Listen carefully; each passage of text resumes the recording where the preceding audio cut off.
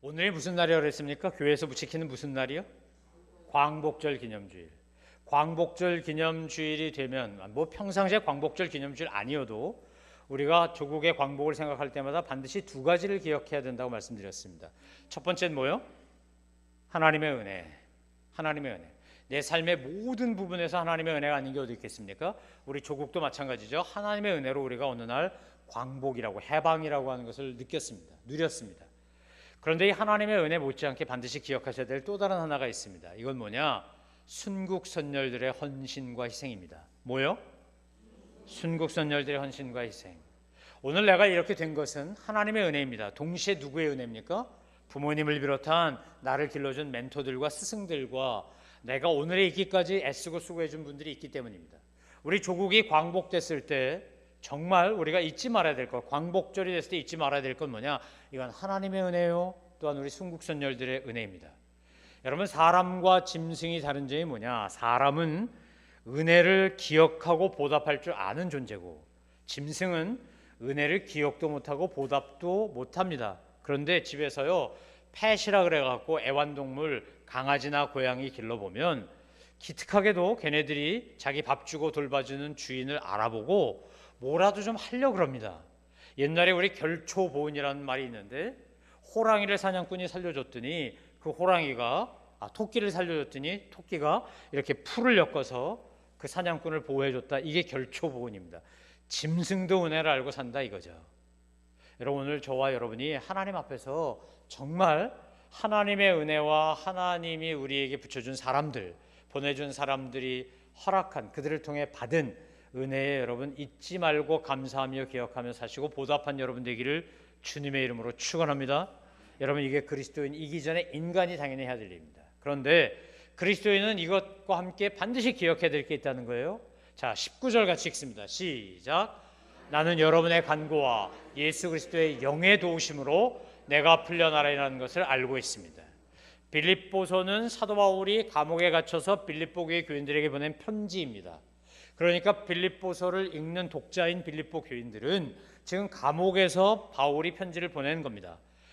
그런데 빌립보서에 가장 많이 나오는 단어가 기쁨이라 그랬고, 기쁨과 함께 또 많이 나오는 단어가 기도입니다. 기도. 간구, 중보, 기도, 어떻게 표현됐든지 간에 기도입니다. 그런데 바울이 지금 감옥에서 내가 풀려날 걸 믿는다는 거예요. 안다는 거예요. 내가 결국 감옥에서 죽지 않고 황제 법정에 서서 변론해야 되기 때문에 내가 여기서 죽지 않는다. 내가 여기서 구원받는다. 그런데 내가 구원받고 풀려나게 된 것을 아는 이유는, 확신하는 이유는 두 가지 때문이다. 이렇게 말합니다. 첫 번째 뭐예요? 여러분의 간구. 자, 읽으실 수 있죠? 자, 다 같이 읽습니다. 시작. 여러분의 간구와, 첫 번째 뭐요? 여러분의 간구. 두 번째 뭐요? 예수 그리스도의 영의 도우심. 바울이 편지를 직접 쓰지 못했습니다. 성서학자들의 연구에 의하면 너무 눈이 밝은 광채 예수님을 보고 난 다음에 일부 시력을 잃었다는 말도 있고 안질이 심했다는 말도 있습니다. 눈이 질병 때문에 힘들었다는 말도 있어요. 어쨌거나 바울은 편지를 쓰지 않았기 때문에 불렀습니다. 구술합니다. 구술하면 서기격인 더디오가 받아 적습니다. 그러면 구술을 했기 때문에 바울은 꼭 뭐라냐? 확인합니다. 내가 뭐라고 불렀는지 한번 읽어봐 주실래요? 그럼 상대가 읽습니다. 그럼 듣고 맞아요 이러고 확인해서 편지를 쓰는 겁니다. 그러니까 바울이 그냥 생각 없이 여러분의 간구와가 먼저 나온 게 아니라는 겁니다. 오늘 빌립보서 1장에 나오는 여러분의 간구와 예수 그리스도의 영, 즉 성령의 도우심으로 말미암아 내가 풀려나리라 하는 것을 압니다 라고 말할 때 이 순서가 참 중요하다는 거죠. 바울이 의도적으로 이렇게 썼다는 거예요. 빌립보 교회 교인들에게, 지금 막 교회가 생긴 초신자 그룹입니다. 빌립보 교회는 오래된 교회가 아닙니다. 오늘 우리가 보았듯이 게일 선교사님이 와서 세운 연동교회는 120년이 지났지만 참사랑교회는 7년밖에 되지 않은 어린 교회입니다. 그런데 그 어린 빌립보 교회 교인들에게 편지를 보내면서 뭐라 그랬다고요? 여러분의 간구와 예수 그리스도의 영, 성령의 도우심으로 내가 풀려나라는 것을 알고 있습니다. 이렇게 고백합니다. 지금 바울이 강조하는 게 뭐죠? 잊지 않고 있다는 게 뭐죠? 제가 그리스도인이라면 반드시 기억해야 된다는 게 두 가지가 있다고 그랬는데, 첫 번째는 중보 기도입니다. 간구입니다. 합심 기도입니다. 지원 기도입니다. 또 하나는 뭐라고요? 성령의 역사입니다. 성령의 도우심. 여러분 카톡이라고 하는 것 또는 뭐 페이스북이니 트위터니 여러 SNS를 통해서 많은 글들이 오고 갑니다. 제가 제 아내를 통해서, 제 아내도 어디선가 받은 건데 받은 글을 읽고 제가 참 많은 생각을 하게 됐습니다. 그리고 이것이야말로 중보기도의 힘이다라, 이것이 정말 기도의 힘을 표현한 한 가지 사건이라는 생각이 들었습니다. 교회를 개척하면서 교회 이름을, 로고를 짓는데 뭘 하면 좋을까라고 생각하다가 참사랑교회 이름은 성도님들이 정한 것이고 거기에 상징적으로 쓴 그 로고, 나비처럼 보이는 그것은 제가 만든 겁니다. 근데 제가 그 로고를 만들 때 이런 생각을 했습니다. 두 가지 생각을 했어요. 성부 하나님, 성자 하나님, 성령 하나님의 사랑, 이것이 다 합쳐진 삼위일체 하나님의 사랑이 온전해진 게 참사랑이다. 그러니까 그 안에 여러분 보시면, 주보에 이렇게 보시면요, 가운데 여기 하얗게 보이는 거, 이거 제가 내 안에 내주하신 성령 하나님의 사랑, 그 위에 빨갛게 보이는 거 보혈의 피로 십자가에서 죽으신 예수님의 사랑, 그 뒤에 보일 듯 말 듯 하는 거, 그거 성부 하나님의 사랑, 바꾸면 삼위일체 하나님의 사랑이면서 동시에 나비 효과를 상징하는 것을 표현하고 싶어서 이렇게 만들었습니다. 여러분이 보시고 아이고 이쁘다, 나비 같아, 뭐 이렇게 날개를 이렇게 접고 있는 것 같아, 그러지 모르지만 저기 이런 의미가 있는 겁니다. 근데 여러분, 나비 효과라는 말을 아십니까? 나비 효과? 로렌스라고 하는 학자가 만든 말인데, 이것은요, 저 브라질에 있는 나비 하나가 날개짓을 하면, 그러면 이게 엄청난 영향을 일으켜가지고 태풍도 오고 토네이도도 오고 지진도 오고 그런다는 거예요. 보잘것없는 작은 것 하나 같지만 이것 하나가 엄청난 일을 이룬다는 거죠. 제 아내가 누구로부터 받아서 저한테 전달한 내용이 그거였습니다. 이게 나비 효과구나. 내용을 이야기하면 이렇습니다. 어떤 아저씨가 아파트 단지 내 단지 상가에서 열심히 세탁소를 하고 있었습니다. 그런데 그 세탁소에 그만 불이 났습니다. 세탁소에서 불이 나면 기계만 탑니까? 옷도 탑니까? 옷도 탑니다. 다 타버리는 거잖아요. 자기만 타나요? 옆에까지 막 불태우고, 또 막 물 쏘면 물난리 나고, 불난리 물난리. 얼마나 힘들겠어요. 세탁소 하던 그분이 너무 절망스러워서 그래서요, 고민하다가 그 앞에 써붙였답니다. 사과문. 이유가 어찌됐든 간에 저를 믿고 옷을 맡겨놓으신 주신 고객들에게 제가 피해를 입혔으니 제가 보상하겠습니다. 그런데 다 사라졌으니까, 누가 무슨 옷을 맡겼는지 기록해놓은 장부까지 다 사라졌으니까, 여러분이 거기다가 나는 무슨 옷을 맡겼다, 무슨 옷을 맡겼다 하시면 제가 그것에 대한 보상을 최대한 노력해서 하겠습니다. 그리고 사과문과 함께 옆에다가 쓸 수 있도록 맡긴 품목, 몇 동 몇 호, 전화번호 이렇게 써달라고 했다는 거예요. 어느 날 아침에 보니까, 그 다음날 아침에 나가보니까요, 그 맨 윗줄에 이렇게 써 있었답니다. 저는 아저씨한테 양복 한 벌을 맡겼는데 지금 불이 나갖고 다 타버렸는데 무슨 경황이 있다고 보상을 하신다는 겁니까? 저는 보상을 받지 않겠습니다. 뭐 예를 들면 101동 309호 뭐 010 뭐뭐뭐에 뭐뭐뭐 이렇게 써놓은 거죠. 첫째 줄에 그렇게 쓴 거예요. 그랬더니 그 다음날 사람들이 와서 보고, 저는 밍크 코트를 맡겼는데 보상받지 않겠습니다. 저는 양복 4벌 맡겼는데 보상받지 않겠습니다. 저는 뭐 하겠어요? 쫙 써내려가기 시작했어요. 근데 어느 날 어떤 분이요, 대충 만든 성금함 하나 걸어놓고, 이 아저씨 우리를 위해서 열심히 그동안 더운데도 세탁해주고 와이셔츠 데려주고 이거 얼마나 일해준 분이니까 이분이 좀 힘을 내서 용기를 내서 다시 할 수 있도록 제가 조악하지만 성금함 만들어서 제가 1번으로 거기다가 성금 넣습니다. 그리고 히읗 뭐 이런 거 있잖아요. 시옷 이런 거, 그런 거 갖다 붙여놨어요. 사람들이요, 이 사람 저 사람이어서 막 넣기 시작한 거예요. 성금함이 차고 넘치는 거예요. 그 세탁소 주인 아저씨가 그걸 보다가 너무 감사하고 너무 감격스러워서 감사의 글을 다시 붙였다 그래요. 사실 저는 파월 장병 출신입니다. 내가 월남에 가서 정말 죽을 힘을 다해서 뭐 동료들이 죽어가고 그 어렵고 그럴 때 그렇게 모은 돈으로 와서 그 무더운 여름에도 우리 가족들 위해서 스팀 대리미하고 빨래하고 이러면서 정말 일궈놓은 건데 한순간에 다 날아가 버려서 이거 다 빚 갚고 있는 자산 다 팔아서 빚 갚고 그냥 확 죽어버려야 되겠다. 아무 소망이 없으니까. 내가 사실 그런 고민과 갈등을 했는데 여러분이 나를 살렸다고. 여러분 정말 고맙습니다. 힘을 내서 용기를 내서 다시 시작해서 제가 할 수 있는 최선을 다해 여러분의 사랑에 보답하겠습니다. 보상하겠습니다. 정말 여러분 고맙습니다. 뭐 이런 내용의 글이었습니다. 제가 그 글을 읽는데 코끝이 시큰하고 찡하고 뜨거운 눈물이 한 방울 뚜루룩 흐르더라고요. 그래, 이런 것만 있으면 사람 죽지 않지? 여러분, 성경이 왜 자살을 정죄한 줄 아십니까?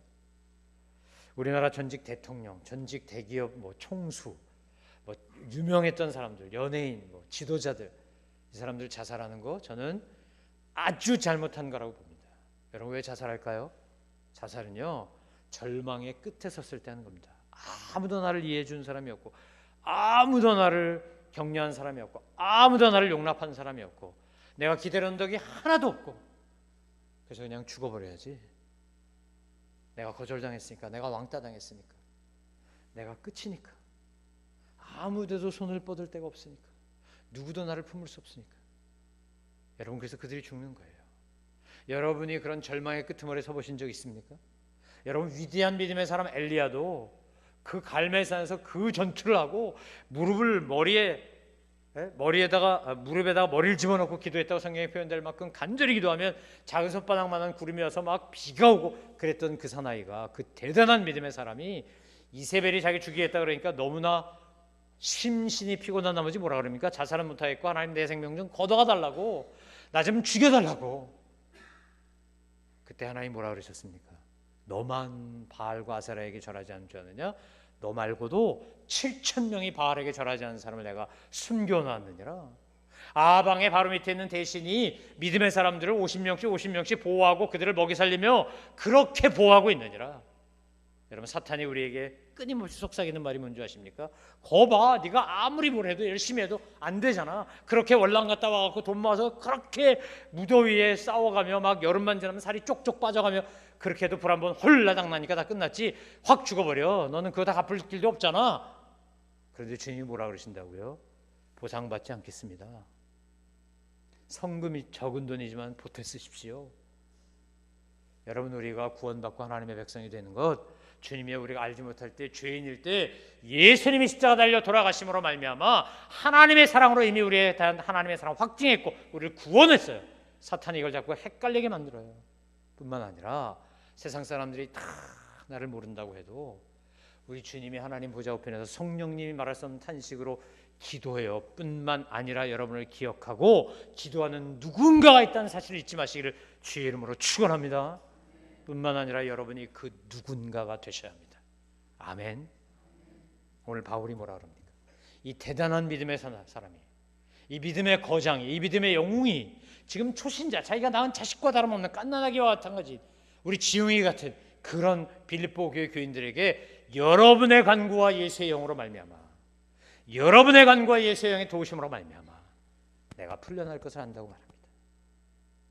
여러분, 우리가 왜 이름표 달고 서로 이름 부르자 그러고 알자 그러는 줄 아십니까? 이름 불러가며 기도하자고요.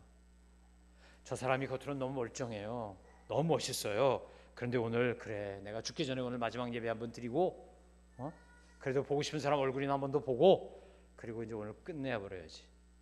그러는지 아닌지 여러분 아십니까?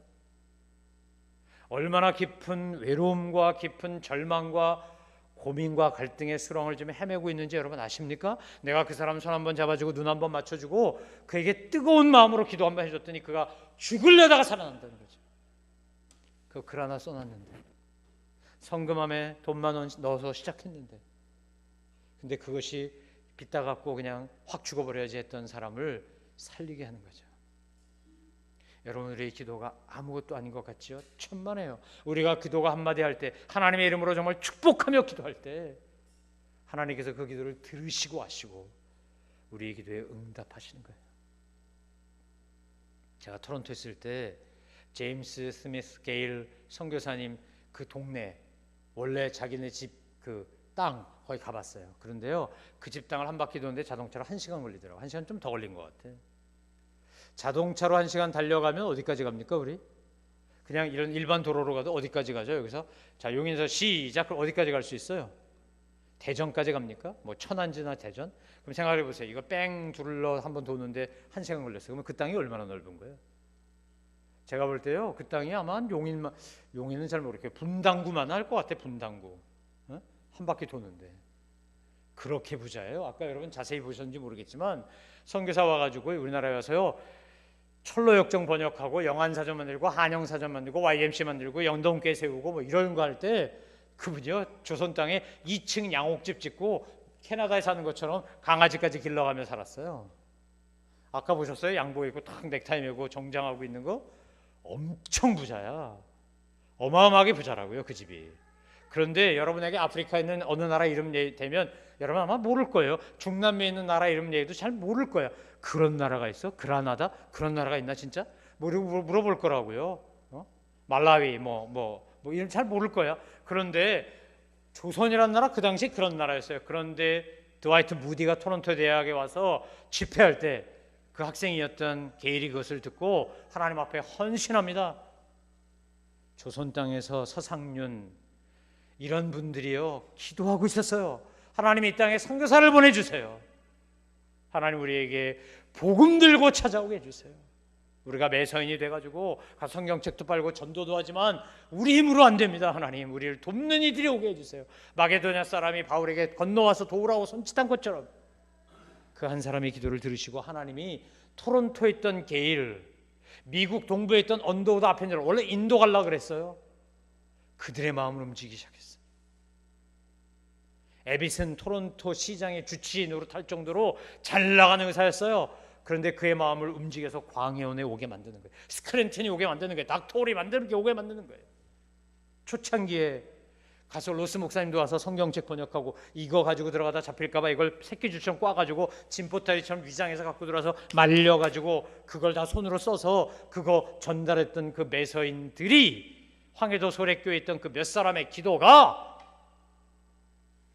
닥터홀을 오게 만들고 게일을 오게 만들고 언더우드를 오게 만들고 스크랜턴이 오게 만들고 토마스가 죽으면서 성경책 주고 그거 읽었던 사람이 기도하니까 하나님이 130년 전에 어마어마한 선교사들을 이 땅에 보내신 거죠.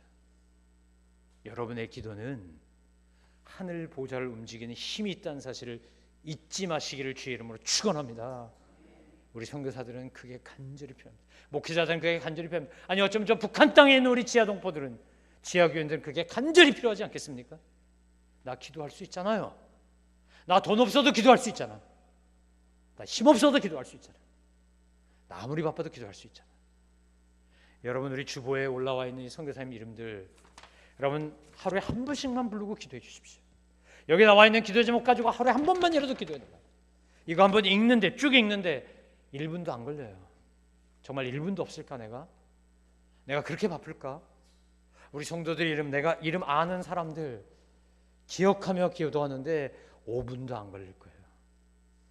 여러분 오늘 바울이 뭐라고 말하는 거예요? 여러분의 간구와 성령님의 도우심으로 내가 풀려날 겁니다. 지금 모슬렘권에서 공산권에서 지금 삶의 언저리에서 여러분 100만 명이나 되는 청년 실업자들이 이 땅에 있어요. 우리 젊은이들이 지금 절망하고 있다고요.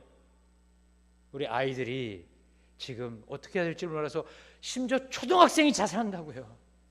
여러분 이게 우리 사회가 이런 게 정상이겠습니까? 돈독이 올라가고 돈이면 뭐든지 다 하는?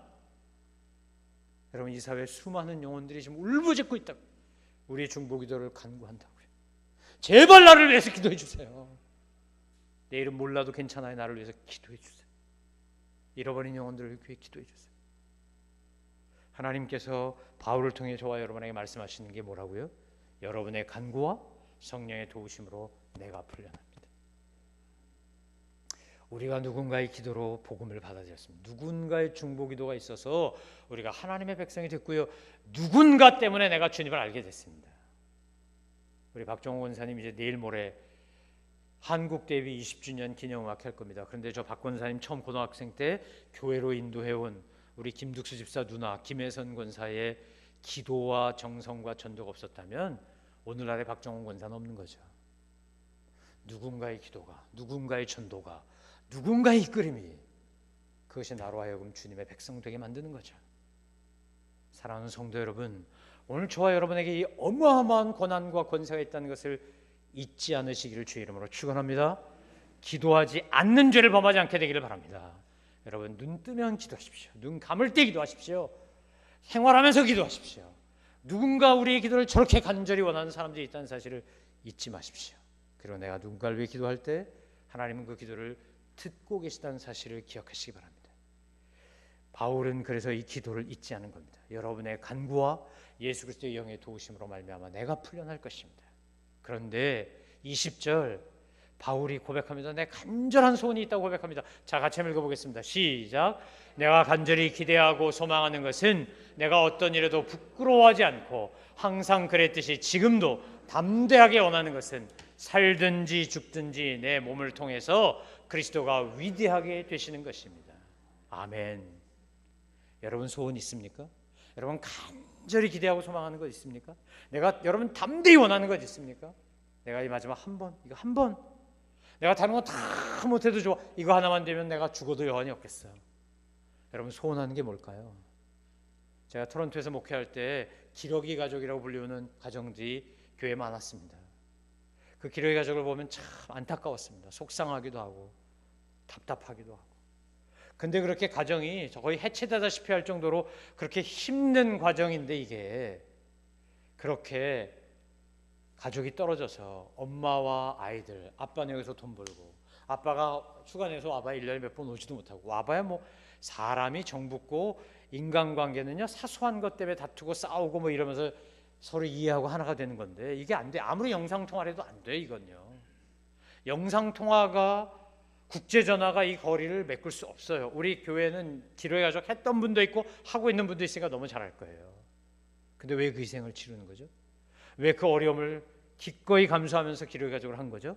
이유가 딱 하나예요. 내 자녀 잘 키워보고 싶어서, 더 좋은 환경에서 더 좋은 교육적 조건에서 이 아이를 좀 더 멋있게 창대하게 잘 키우고 싶어서 그래서 희생하는 거예요. 그래서 값을 치르는 거라고요. 그래서 유학 보내고요, 없는 살림에 돈 만들어 보내고요, 가서 고생하면서 공부하고요. 내 간절한 소망이 있기 때문에. 여러분, 우리가 세상적으로는 이런 소망을 향해서 돈도 쓰고 시간도 쓰고 몸도 쓰고 다 써요. 그런데 여러분, 가장 밑바닥에 정말 오늘 바울과 같은 이런 소망이 있냐 이 말이야. 내가 살아도 내가 죽어도 살든지 죽든지 내 몸을 통해, 내 삶을 통해 하나님의 이름이, 예수님의 이름이 위대해지고 존귀해지는 것이 내 간절한 소원이요 내 담대히 원하는 것입니다. 우리가 과연 그렇게 말할 수 있을까? 우리가 그런 신앙 고백을 할 수 있을까? 오늘 말씀을 통해서 저와 여러분에게 주님이 도전하는 게 뭡니까? 너는 뭘 위해서 내 목숨을 걸었니? 너는 뭐가 내 간절한 소망이니? 내가 제일 간절히 원하는 게 뭐니? 성공하는 거? 출세하는 거? 돈 많이 버는 거? 세상적으로 유명해지는 거? 사람들이 너에게 박수갈채를 펴고 인기 최고라고 짱이라 그러는 거? 이게 너의 소원이냐? 오늘 주님이 저와 여러분이 물으실 때 여러분 뭐라고 대답하시겠습니까? 뭐가 내 소원이라고 말씀하시겠습니까? 오늘 바울을 통하여, 사도 바울을 통하여 주님이 우리에게 말씀하시는 거예요. 너의 진짜 소원, 내가 평생 품어야 될 소원, 내 꿈에도 소원은 나의 영광을 구하는 것이다. 그러면 내가 너희에게 모든 것을 채워주리라 약속하고 격려하는 겁니다. 여러분 믿으십니까? 여러분 느끼십니까? 그렇게 되시길 바랍니다.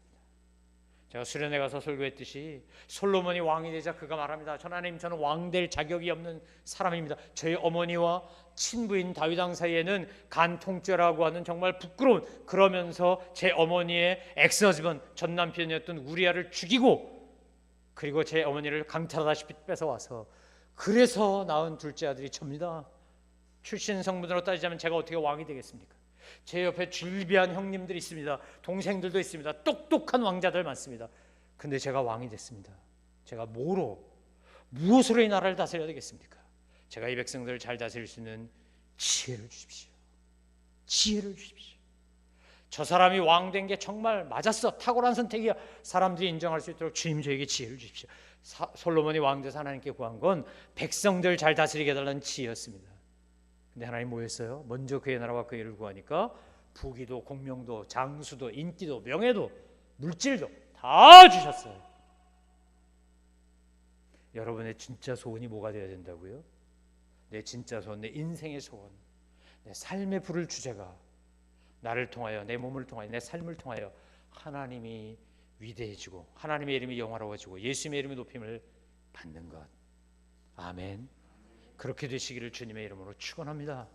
여러분이 어느 삶의 자리에 있든지 그럴 때 이렇게 고백할 수 있어요. 이렇게. 자, 20절 21절 같이 봅니다. 시작. 이는 내게 사는 것이 그리스도니 죽는 것도 유익하기 때문입니다. 이는 내게 사는 것이 그리스도니 죽는 것도 유익하기 때문입니다. 여러분, 우리가 장수하고 오래 사야만 하나님의 은혜를 받은 겁니까? 그동안 한국이 힘들고 어렵고 가난할 때 우리 목사님들이나 부흥사들이 와서 다 그런 얘기했습니다. 예수 믿으면 잘 되고 부자 되고 건강하고 장수하고. 그거 은혜 맞아요. 하지만 때론 그 은혜 아닌 다른 은혜 주실 때 있어요. 그건 은혜 아닙니까? 스데반이 순교하는 거 그럼 은혜 아닙니까? 초대교회 사도들이 순교한 건 은혜 아닙니까? 저주받은 겁니까? 우리가요 얼마나 왜곡되고 완사이드 한쪽 면만 생각하는, 저희 작은 형이 지금은 아파서 병원에 있고 시한부 판정 받았고 투병 중이지만 워낙 농담 잘하고 유머 감각 뛰어난 분이었어요. 제가 20대 초반에 병원에서 뼈 깎고 누워있을 때, 그때 군대 병원이었으니까 친구들이 면회를 자주 올 수가 없었어요. 티오가 딱 있고 순서도 있고 숫자도 있고, 그래서 자주 못 오는데 어느 날 교회에서 형을 만났어요. 작은 형 만나가지고 물어봤대잖아요. 형 요즘 광선이 좀 어때요? 그러니까 우리 형이 어떻게 농담하는 사람이냐면, 너 몰랐어? 걔 죽었어. 걔 죽었다고. 그리고요 조그만 소리로 자기만 알아듣게 말하는 거야. 그리스도와 함께 십자가에서 죽었지. 그리고 그리스도와 함께 다시 살았어. 안 들려 상대는. 자기 혼자 얘기해가지고 놀라가지고 친구들이 놀라가지고 집에 전화 오라고, 아니 어머니 광선이 죽었다면서. 죽긴 왜 죽었어? 멀쩡하게 살았어. 저희 작은 형 만나고, 아니 형은 어떻게 동생을 놓고 그렇게 얘기했냐 그러면, 아니 이놈아 내가 그랬잖아. 그는 걔 죽었어. 그리스도와 함께 십자가에서. 그렇게 그리스도와 함께 살았다니까. 뒷말은 안 듣고 조선말 끝까지 들어봐야지. 이러고 농담하던 사람이에요. 지금 자기가 죽게 생겼어. 형을 만나서 제가 이야기합니다. 살아도 주를 위해 살고 죽어도 주를 위해 죽으면 이게 은혜입니다. 저는 형이 오래 살았으면 좋겠어. 나보다 오래 살았으면 좋겠어. 내 장례식까지 치러줬으면 좋겠어. 하지만 나의 이런 바람과 소망과 달리 하나님이 부르시면 가는 것이, 우린 다 그곳을 향해 가는 거니까. 여러분, 예수 믿는 사람에게서 죽음이란 무엇입니까? 예수 믿는 사람에게 있어서 죽음이란 떠남입니다. 떠남이에요. 새로운 시작을 향한 떠남. 그래서 우리는 영면, 영결 이런 말 쓰지 않습니다. 예수 믿는 사람이 세상을 떠나면 뭐라 그럽니까? 천국 환송 이렇게 말합니다. 우리 다시 만날 거예요. 그래서 찬송도 그런 거 불러요. 우리 다시 만날 때까지. 며칠 후 요단강 건너가 만나리. 여러분, 우리가 진짜 소망을 어디에 두고 사는 겁니까? 여러분 내일을 아십니까? 제가 형한테 가서 농담 반 진담 반 이렇게 말합니다. 의사가 뭘 알고 얘기해줘서 형은 그래도 남은 날을 계수할 수 있는데 내 몸에 뭐가 있는지 난 몰라서 내가 어느 날 한 달 뒤에 열흘 뒤에 나 모르잖아. 압니까 여러분은? 여러분 내일 뒤에 한 1초 뒤에 1분 뒤에 뭐 할지 알아요? 우리 여기 아무것도 몰라. 아무것도 모르면서 얼마나 큰 소리를 뻥뻥 치고 사는지 몰라. 계획은 기가 막히게 세워. 계획 세우는 거 인간의 몫이니까 세울 수 있어요. 하지만 주관하신 분 누구시라고요? 하나님이요. 오늘이 나에게 주어진 선물이에요. 오늘이. 이 오늘 하루를 살 때 내가 그리스도를 존귀케 하기 위해 사느냐, 아니면 나를 존귀케 하기 위해 사느냐. 내 안에 사는 이가 그리스도이기 때문에 내가 설사 죽는다 할지라도 하나님의 영광을 위해 죽을 수 있다면, 순교할 수 있다면 이건 내게 유익하다. 여러분, 이게 진짜 믿음이에요. 여러분, 가짜 믿음으로 살지 마시고 진짜 믿음으로 사신 여러분 되길 주의 이름으로 축원합니다. 아멘. 세상적인 기준과 가치대로 되는 것도 감사한 일이에요. 그러나 때로는 그 반대로 되는 것도 감사한 일이에요.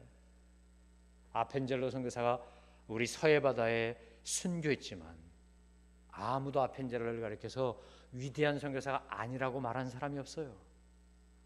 오래 살지 못했지만, 맥케진 선교사가 와서 3년 만에 죽었지만 풍토병 걸려서, 아까 여러분 보셨어요? 게일 선교사 조선인 집에 갔더니 조선식으로 찬을 차렸다고 먹을 게 없다고 죄송하다 그러는데 이게 뭐냐니까 개고기라 그랬다는 거 아니에요? 개고기. 그래서 그다음부터 게일 선교사가 집에 기르는 개만 봐도 맛있어 보였다라고. 자기 책에 이렇게 써놨어. 집에서 기르는 개만 봐도 저거 맛있겠는데? 뭐 이런 생각 들었다고. 얼마나 현지하려고 노력했으면 그러겠어요. 얼마나 현지하려고. 내가 살아도 주를 위해 살고 죽어도 주를 위해 죽는다. 내게 사는 것도 그리스도니 죽는 것도 유익하다. 사랑하는 성도 여러분, 오늘 너무 많은 가짜가 판을 치는 세상입니다. 짝퉁들이 판을 칩니다. 근데요, 짝퉁과 명품의 차이는 써보면 알아. 이게 다 생긴 건 똑같은데 써보면 짝퉁은 오래 안 가. 가죽과 레자가 처음엔 똑같아 보여. 그런데 써보면 달라. 금가고 찢어지고 달라요. 가죽은 오래 갈수록 때도 묻고 손때도 묻으면서 오래가 오래. 여러분, 가짜 그리스도인으로 살지 않으시기를 주 이름으로 축원합니다. 가짜 그리스도인으로 살 거라면 확실하게 나가서 그냥 진짜 비기독교인으로 사십시오. 그냥 어차피 지옥 가기 마찬가지인데 목사 노릇하다 지옥 가면 얼마나 억울하겠어. 내 눈 떠보니까 지옥이야 이거. 나 천국 가는 줄 알고 왔는데 그럼 얼마나 억울하겠냐고. 여러분, 이게 농담으로 하는 말 아니에요. 오늘날 진짜 그리스도인들을 주님이 찾으세요. 입으로는 주님을 찬양한다고 찬송 열심히 부르고 끝나서는 참이슬 주님부터 시작해서 하이트지 주님, 카스 주님, 온갖 주님 다 영접하면 그건 진짜 아니야. 사랑하는 성도 여러분, 오늘 사도 바울은 감옥에서 하는 말이에요. 감옥에서 하는 신앙 고백이에요. 우린 감옥 아니잖아요. 우린 얼마나 윤택하게 살아요. 얼마나 평안하게 살아요. 하지만 저와 여러분이 분명히 고백해야 되는 거 뭐라고요? 내가 살아도 주를 위해 살고 죽어도 주를 위해 죽고 내게 사는 것이 그리스도니 죽는 것도 유익함이라. 사탄이 이런 사람을 이길 수 없어요. 세상이 이길 수 없어요. 여러분, 세상에 영적 영향력을 끼치고 살 수밖에 없어요. 자식을 죽여도 용서하고 양자를 삼으면 이길 수가 없어. 아무리 고문을 하고 죽이려고 해도 일사각오를 외치고 신사참배를 거부하면 이길 수가 없어. 여러분, 오늘 우리가 정말 주님의 은혜에 감사하고 우리를 위했던 선교사들을 비롯한 정말 선배 신앙인들을 감사하고 기억한다면 우리는 그들을 열심히 따라 배워야 해요. 왜? 내 자식들이, 내 후배들이 따라올 테니까. 하나님의 은혜로 광복이 됐으니 하나님의 은혜로 통일되지 않겠습니까? 저는요, 고인 되신 김용희 장로님의 같은 꿈을 꾸는 저와 여러분이 되기를 바랍니다. 그분 돌아가시기 전까지 자기 기도실에다 뭐 붙여놨냐? 김일성 장로 되게 해주세요. 김정일 목사 되게 해주세요. 그래서 그 사진에다가 그 북한에 보면 사진 2개 붙어 있잖아요. 그거 갖다가요 밑에다가 김일성 장로, 김정일 목사 이렇게 써붙이고 매일 기도했어. 돌아가신 날까지. 한 미치광이 노인네가 치매 걸려갖고 노망 들어서 하는 짓 같습니까 여러분? 그게? 여러분, 거룩한 꿈을 꾸기 시작하면 남들이 상상하는 것 이상의 꿈을 꾸기 시작합니다. 전 저와 여러분이 그런 꿈을 꾸는 분들 되길 주의 이름으로 축원합니다. 하나님, 내 가정이 복음화될 뿐만 아니라 나로 말미암아 이 가정이 복음화될 뿐만 아니라 이 가문에서 선교사 나오고 목사 나오고 위대한 하나님의 사람들 나오게 해주십시오. 꿈을 꾸고 기도하시는 여러분 되시길 주의 이름으로 축원합니다. 하나님, 우리 가정이, 하나님 아버지, 우리 가문이, 우리 나라가 하나님 아버지 놀라운 주님의 일을 이루게 하여 주시옵소서. 그런 꿈을 꾸잔 말이죠. 사도 바울이 꿈을 꾼 것처럼 사랑하는 성도 여러분을 통해 이 민족이 복음화되고 세계가 복음화되고 하나님의 영광이 일어날 것을 믿습니다. 여러분의 기도가 세상을 바꾸는 하나님의 보좌를 움직이는 능력임을 잊지 마시고 오늘도 기도하면서 믿음으로 세상을 정복하시는 하나님의 사람들 다 되시기를 주님의 이름으로 축원합니다.